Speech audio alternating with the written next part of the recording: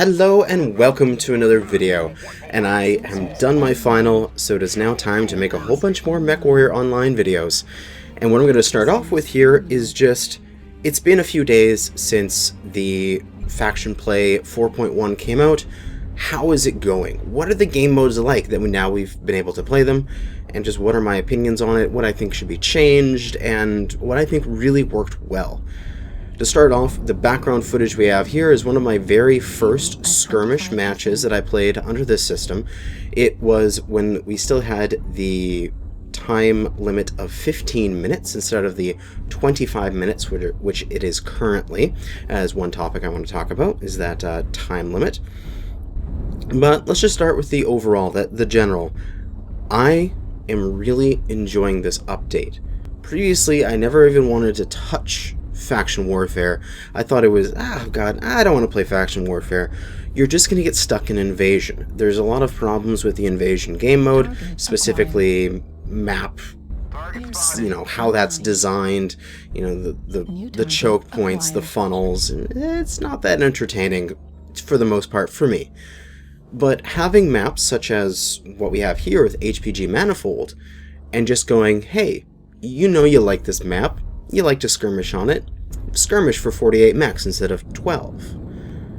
And I'm just like, that's great. Like, I'm absolutely loving respawns. I know a lot of people would be like, you gotta have the solo, you go in, you die once, it's out, you gotta save your mech. It's really important then, because then people won't, throw away their mechs. They won't dive in. They're like, if we have respawns, there'll be no tactics, basically. And I think that the implementation of Faction Warfare shows that isn't true. A lot of the times you have to play the game mode, skirmish less so, because you just have to fight the opponent. But I found that domination is actually really hard to come back from. If the opponent captures you down to, each of the things you can go and destroy to put up their time is, I believe, 15 seconds. So if they capture down more than 31 seconds, you are forced to push them out of the center. You have to make that happen, otherwise they just win. So, because you can't reset it at all. I think that's great. It's actually forcing some game modes to be played. For some of them, yeah, skirmish, you just still deathball and that kind of stuff, but I think it's still better. It's better for a new person as well, because they can just be like, oh, well, I'm running out, I don't know what I'm doing. I can go and fight for a bit and die and be like, well, that was interesting, I learned something, but I also get to play immediately, like 30 seconds later. You don't have to go sit in a queue, which is another thing. Having it being like 15 minutes or 20 minutes of solid gameplay, solid action, and then coming back and then having just relatively short, I'd say, just, the searching for a match, you're getting much better ratios of time playing than time searching. I think that's great. New target acquired. Also, I am making C-Bills hand over fist in this new modes. Just, you go in there, there's 4 times as many mechs to kill. You're on average, if you made 250,000 before on your average game, you're gonna make on average, most likely, 1 million C-Bills for every like 20 minutes of gameplay. Where previously you would go in and you would do a 15-minute mode, and it would probably more like take 7 or 8. People would play a bit slower, a bit more cautiously, because they only had a single mech. There wouldn't be like, yeah, we just try a push and see if it works sort of feeling. And I don't know, every single time I played a skirmish or a conquest or a domination on this new mode, I have made over 1 million C-Bills. And it's, I think, the best way currently in the game to make C-Bills per hour. If you can get in, say, 3 matches an hour, you can easily make, 4, if you're really good, 5 million C-Bills per hour. And it's ridiculous. But anyway, let's think. Is there any other good things that I want to say about this before I go into the bad things? Because of course there's bad things. And I never want to be like, oh man, things perfect. It's not. There's things that are issues. Oh yes, the last good thing about it is you're never going to get on a map where your mech is just useless. It's never like you're going to take that short-range brawler that's just fixed to 270 meters and you can drop an Alpine, and you just be like, oh my god, why did I take this mech? Why can't I choose my mech beforehand? That is a lot of people have brought up that concern in the past. But with this new system, you choose your drop deck before you launch into the map, and you can see what the map is before you drop.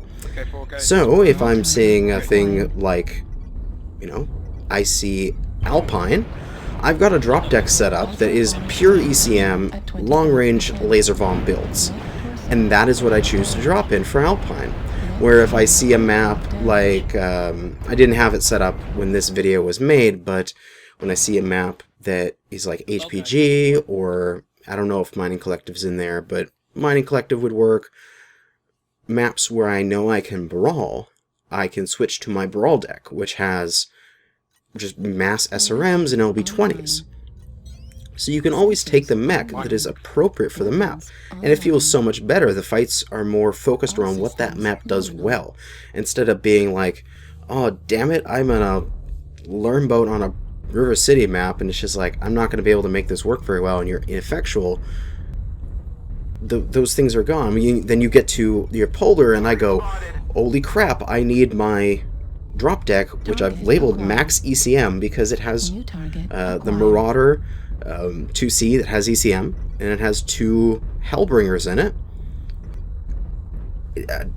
I can cover the entire team with ECM for the entirety of the match, and that works really well. And it counters because a lot of people are taking LRM decks, and they're taking Narc decks when they see Polar Highlands. And so you have these metagames per map that are showing up, which I think is really cool. But anyway, that's the last great thing that I'm enjoying about faction play.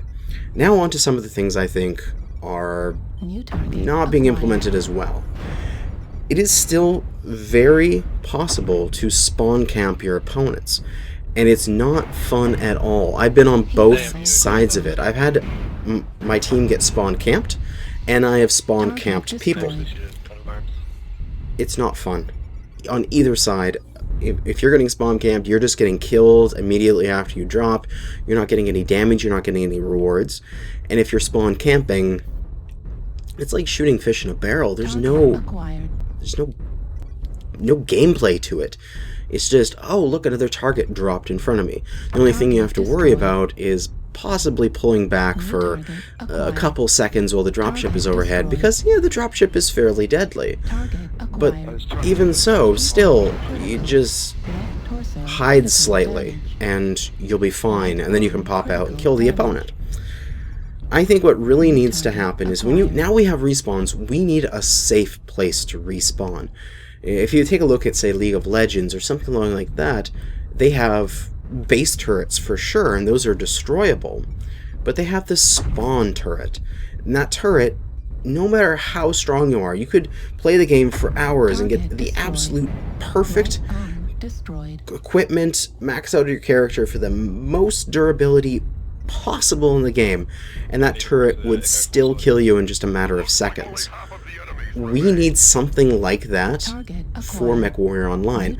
We need it so that if somebody pushes into the spawn area, they are just destroyed by, like, constant unkillable turrets that have a field of fire that cannot be hidden from.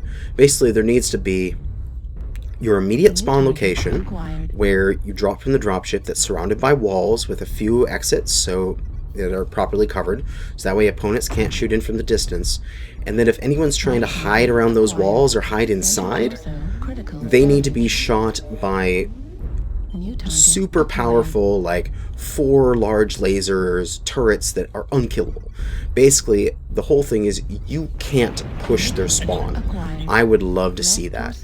And then if you win the fight, it's not your job to push their spawn, it's your job to establish your presence on the map. So on HPG Manifold here, instead of us pushing into their spawn locations, we would instead just take the top, and we create a nice defensive location up there. That would be so much better. Trying to win in this, they're just trying to rack up C-bills. But yes, what else? I got a little list in front of me. Possibly talking about the length of the game here. In this particular match, we actually do it. We kill all 48 opposing mechs within 15 minutes. I've had a couple other matches that have had that happen. Sometimes it was a spawn camp, sometimes it wasn't, but typically we would go through all of the enemy 48 in 17-ish, 18 minutes. I honestly think that maybe 25 is a bit too long. I liked the idea where they were going when they put it to 20. Yeah, that extra 5 minutes allows you to drop into their mech, allows you to get back to the front lines, but I feel like it's too long. The majority of my games are finishing before then. We could just reassess that. I mean, if the game's finished before, then it doesn't matter how long it is. Realistically, you can make it have an infinite time limit, but I don't know. It just doesn't feel like it needs to be at 25. Because, target acquired. Yeah, I don't know. Let's see, I'm going to go through my list here again. The one last and obviously one of the biggest things on this list that is actually a pretty big topic for debate within the community right now. Mick the Dane has done a very good video. I agree with a lot of his points on it, except for his solution. There's been multiple posts on Reddit with active conversations going on of people concerned about the balance between Clan and IS. So far, Clan have won every single conflict window, whatever they're being called now. Every 8-hour cycle, Clan has won it, and they have pushed steadily into the inner sphere. Now, there has been posts by Rust on Twitter saying that part of this is because currently the clans have higher-end pilots. There is just more Tier 1 pilots in units in the clans than there is in the IS. And this is something that Mech the Dane points out in his video as well. And I agree with that sentiment, but there must be, a reason why those people are going to clans. Like, it could be fanboyish, lore, oh man, I was a wolf back in MechWarrior 2 days, so obviously I have to be a wolf now. Yeah, there's some of that, most likely. There's somebody out there that's doing that. But I feel that majority of the time, the people that are better at the game simply want to use the equipment that is better. And when you look at the Clan versus IS, the Clan equipment is just better. Which is why I think the majority of those pilots are coming over to the Clan side. Now, of course, I've made my video on the Clan XL engines. I'm going to make videos in the future here on other aspects of Clan versus IS balance. But I feel that the disbalance in skill is not, it's a symptom of misbalance in the game, instead of it being the problem that needs to be solved. Yeah, you know what I mean? Like, it's not like, oh yeah, obviously if we balanced out the skill, things would be fine. It's like, no, the balance of the skill is because of balance of other things. But anyway, enough on that. So far, just to wrap up, I do have bad things to say about it, but Faction Play 4.1 has been the best incarnation of faction play that has possibly happened so far, in my opinion. I'm really enjoying it. I'm playing it a whole bunch. It's making me good C-bills. There seems to be an active population, and a lot of the matches I've been in, there's only been like 1 or 2, and those have been like late night NA.